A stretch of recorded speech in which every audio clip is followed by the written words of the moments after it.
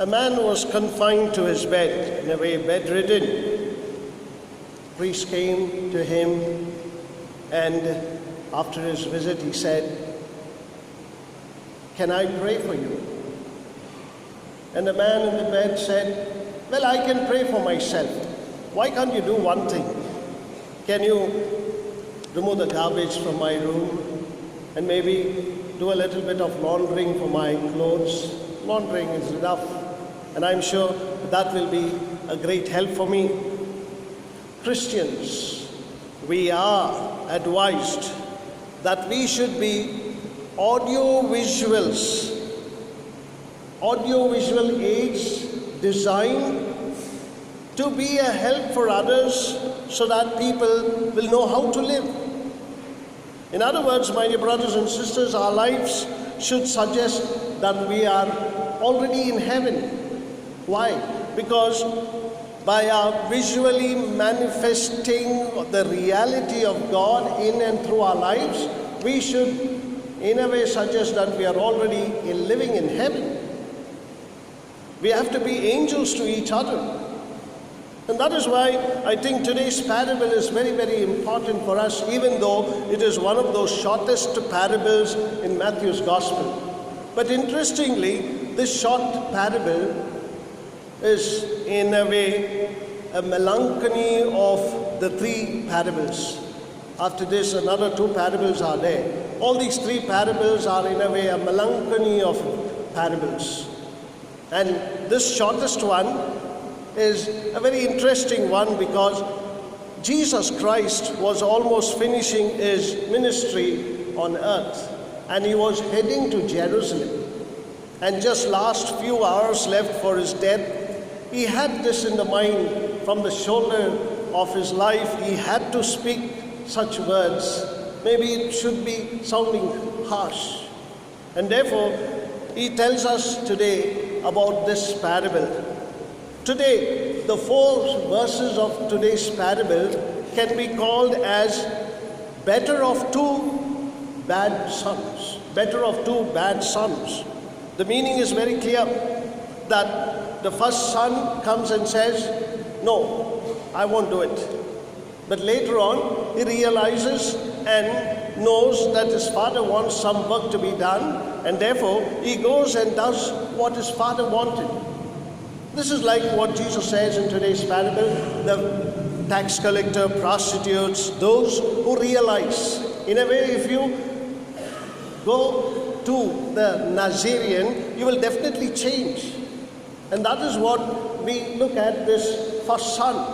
Realizing, yes, I think I have the capacity, I'm capable of. Then even though he said no, that no became yes. Whereas the second son who said, yes, I will do, don't worry. But he did not do. I'm sure you will find that this stands in for all the religious authorities who use lot of words but not their deeds. And therefore it is important for each one of us to know that the first one said the wrong thing but did the right thing. The second son said the right thing and did the wrong thing. In other words, the underlying point that Jesus wants to tell is the first son repented, realized, recognized, found something and did what his master wanted. That is the reason why, my dear brothers and sisters, in our baptism we have said yes. And every time when you come for a Mass, you are saying that yes. Every time you come for a Mass, you are saying that yes. In other words, yes to the communion with God, yes to the communion with the people of God. Therefore you find that yes more meaningful. It is only by our actions that we can really show that we are genuinely followers of Christ. Only through our actions, my dear brothers and sisters. That is necessary because what are words? A crusty farmer said, words aren't worth a barrel of spit. And true indeed, my dear brothers and sisters, what do we do when we take our newspaper? I love to go straight to the sports paper. Why? Because in the sports paper, we get some results. That these guys did something, they brought laurels to their country for themselves, and therefore they are men of action, women of action. Whereas the other pages are like all the politicians making all false promises. And that is the reason why we need also this part, that the new life, my life is action. If you follow Jesus Christ, it is not enough just memorizing your catechism prayers or the 10 commandments, but it is important for you to know that your actions should speak. Mouth can never be a substitute, my dear brothers and sisters, for your performances. Your mouth cannot be your substitute for all your performance or for all your actions. Remember this always, because we use our mouth left and right. But remember, that cannot be a substitute for your actions in your life. That is the reason why we see how we learn to become messengers by our action. My life, Gandhiji says, is the message. My life, he says, is the message. And our life should be the message. In other words, we see very clearly one great aspect that Jesus wants you to learn, at least from Gandhiji, by saying, my life is my message.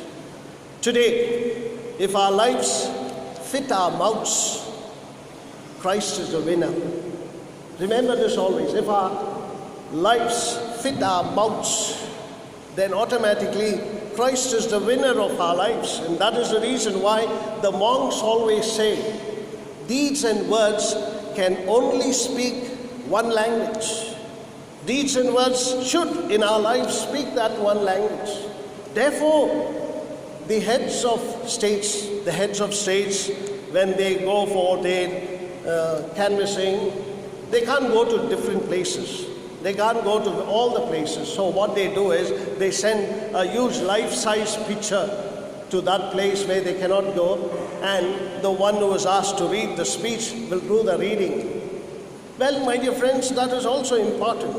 Why? Because Jesus wants you to be an ambassador. Jesus wants you to be that picture, so that he does the talking. He does it. That is the reason why he wants you to be that picture, just like how the heads of the states do. In other words, I have to be an ambassador for Christ. That is the reason why a preacher in the congregation said, when people get to know you, they have to get to know Christ. It's not important that they have to get to know me more and more, but in and through my actions, they have to come to know Jesus more and more. That is the reason why we see one of those great winners, the book award novelist Walker Percy, who said, well, I have become a Catholic because my college roommate, I looked at him every day morning getting up, going for daily mass. And what makes him get up early in the morning and go for mass? His actions spoke so much. And that is the reason why I have become a Catholic, for he set that example for me. Therefore, we also see what Shakespeare says. The spark of light that comes out from the candle throws those beams of light. But look at that actions of ours, even though they do not speak, can reach out to this evil world. That is the reason why, my dear friends, when you are trying to be an example, when you are trying to set an example, don't be worried who's going to see me, who's not going to see me. Is somebody seeing me? I'm going to set an example. That is useless. Unconsciously remember that you have to set an example. Don't be conscious when you are setting an example. This is what this first son did. He said, no, But what did he do? He made that no into yes. Therefore, the line that we learn from today's gospel reading is, I cannot hear you, but I can feel and see your actions. You may hear me, you may feel happy about my words, but my actions should speak greater, better, and meaningful. Neither of the parable's sons were good fellows. They were not satisfactory. Both of them hurt their father. But the one who said no and did it was the better one. So Jesus wants a better person from you. He doesn't expect you to be the perfect one. He doesn't expect you to be the actual one. He wants you to be a better person. And that is what we are supposed to be. Therefore, my dear brothers and sisters, remember what the teacher Schutz had is to follow. Follow by saying, yes, Lord. But with that, yes, Lord, it's not over. From that day, every time, remember, if you have said yes, try on it, put it on the fast track, put it on the fast lane, and see whether you are able to deliver for Christ.